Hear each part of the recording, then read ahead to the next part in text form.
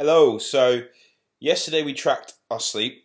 We looked at getting your sleep tracker in. So I hope you've actually managed to get that on your phones and had a look.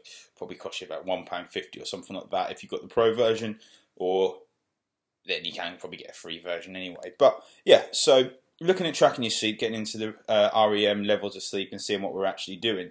Another massive thing to track, and which is what I will get every client to do first off, is to track their nutrition for around 5 days. So we can then see exactly how much food and drink and fluids and whatever is going into the body. Now, a lot of people would then, well, with the medium, we've got all that scare shit going on, like you can't eat fat, you can't eat carbs, and calories are bad for you, and all this crap, right? So what we do, we'll track what's going in, and then we have a starting point. So from the tracking system that I would use, that would be MyFitnessPal usually with a client, because I can then log in, they can then log in, and they can track it all. It's all updated automatically. It's not going to be a case of writing it down, having to send it through, blah, blah, blah. Give me the password, I can see what you're eating.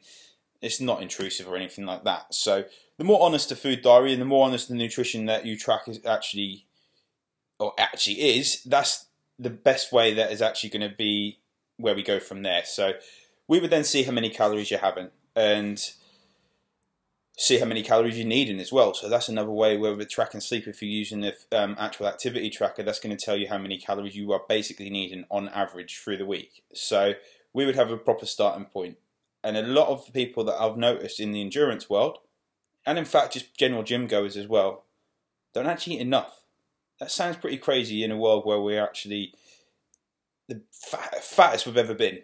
In the Western world, we are the fattest we've ever been. That's a fact. And the trouble is that people have a lot of processed foods and they don't eat enough of the right foods. So having the foods which are tasty and which are going to make you really, really full up.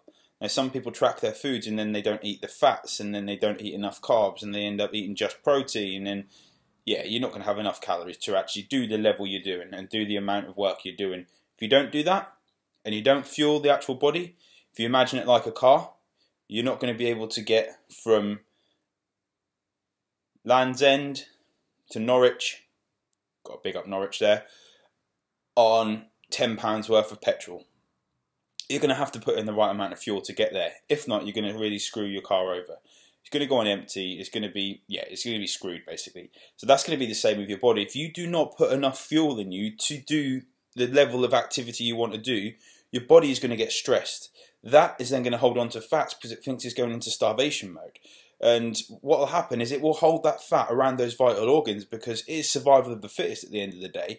It does not want to use that fat. It will hold your internal fats. It will hold your fat around your belly, your reproductive organs. At the end of the day, the body is here to reproduce. So, so tracking your nutrition is going to be a massive step to actually getting rid of that belly fat for good.